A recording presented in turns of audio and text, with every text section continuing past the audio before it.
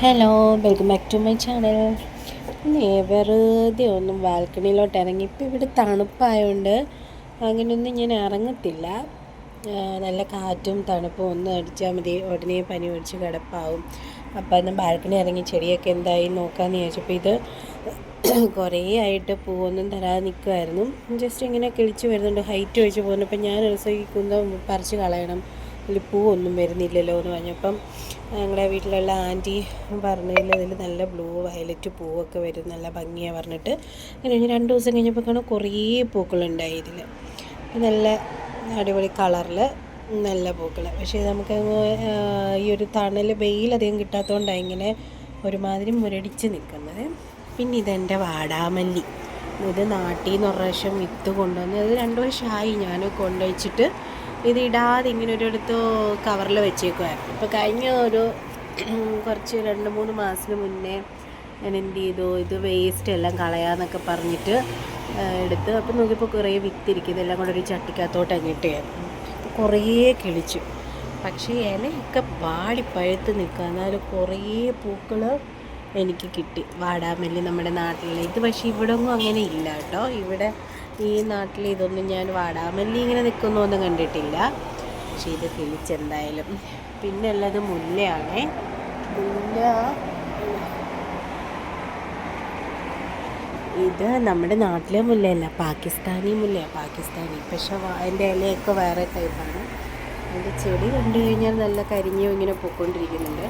പക്ഷെ നല്ല കുറേ പൂവൊക്കെ തന്നെ നല്ല മണമായതിന്. നമ്മുടെ നാട്ടിലെ മുല്ലയുടെ മണമല്ല, പക്ഷെ വേറൊന്നില്ല, ഈ കല്യാണത്തിനൊക്കെ ഇടുന്ന ഹാരത്തിൻ്റെ പൂക്കളുടെ മണമാണ്. നല്ല ഭംഗിയാണ്. അതങ്ങനെയൊക്കെ വള്ളി പോലെ പടർന്നു പോവാം. പിന്നെ നമ്മുടെ ചെടിയൊക്കെ എല്ലാം വാടി കുറേയൊക്കെ കട്ട് ചെയ്ത് കളഞ്ഞു. പനിക്കൂർക്കയൊക്കെ ഇഷ്ടംപോലെ കാട് പിടിച്ച് വളർന്നതാണ്. അതെല്ലാം ഏട്ടനൊരു ദിവസം കട്ട് ചെയ്ത് കുറച്ച് എടുത്ത് വെച്ചിട്ടുണ്ട്, നമുക്ക് അത്യാവശ്യം എന്തിനെങ്കിലും എടുക്കാൻ വേണ്ടിയിട്ട്. പിന്നെ തുളസി അതുപോലെ തന്നെ പ്രാന്ത് പിടിച്ച പോലാണ് വളരുന്നത്. പിന്നെ നമ്മുടെ കടലാസ് പൂ, ഇത് ഏട്ടൻ കഴിഞ്ഞ ദിവസം കട്ട് ചെയ്തൊക്കെ വിട്ടു. പക്ഷേ ഇത് എത്ര കരിഞ്ഞ് ഉണങ്ങി നിന്നാലും ഒത്തിരി പൂ തരും കേട്ടോ. ഇതെനിക്ക് ഒത്തിരി കുറേ നാളായി, ഇതിപ്പോൾ 1 വർഷത്തിൽ കൂടുതലായി ഇത് നമ്മൾ വെച്ചിട്ട്. ഒരു ജെറ്റ് പോകുന്നുണ്ട് കേട്ടോ.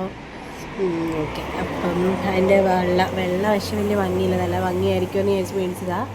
പക്ഷേ നല്ല കുഴപ്പമില്ല, നല്ല രസമുണ്ട്. അതെല്ലാം കട്ട് ചെയ്ത് വിട്ടു. പിന്നെ അതിൽ നിന്നൊക്കെ കുഞ്ഞു ഇലകളിങ്ങനെ കിളിച്ച് വരുന്നുണ്ട്. പിന്നെ നമ്മുടെ കറ്റാർ വാഴ, ഇത് അവിടെ സലൂണിലെ ചേച്ചിക്ക് കുറച്ച് കട്ട് ചെയ്ത് കൊടുത്തു. കട്ട് ചെയ്താലും അത് വരും.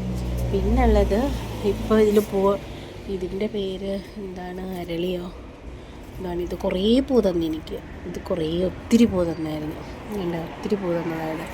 ഇതും അതുപോലെ തന്നെ കുറേ പൂ തന്നിട്ട് ഇപ്പോൾ ഒറ്റക്കമ്പനായിട്ട് ഇങ്ങനെ നിൽക്കുന്നുണ്ട്.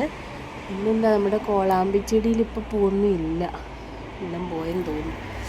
അപ്പം ഇങ്ങനെ കുറച്ച് പൂക്കൾ കണ്ടപ്പോൾ തണുപ്പൊക്കെയാണ് ഇങ്ങനെ ഇരുന്ന് മടി പിടിച്ചപ്പോൾ വെറുതെ ബാൽക്കണിയിൽ ഇറങ്ങിയത്. അവിടെ ആൾക്കാരൊക്കെ നടക്കാൻ പോകുന്നത്. എൻ്റെ നടപ്പൊക്കെ ഇപ്പോൾ ക്യാൻസലായി. ആൾക്കാരവിടെ സൈക്കിൾ ഓട്ടാനും നടക്കാനും ഒക്കെ പോകുന്ന ഏരിയയാണ്. അതൊരു പാർക്കിംഗ് ആണ്. ഇത്രയേ ഉള്ളൂ എൻ്റെ ഈവനിങ് ചെറിയൊരു വ്ളോഗ്. Okay, by.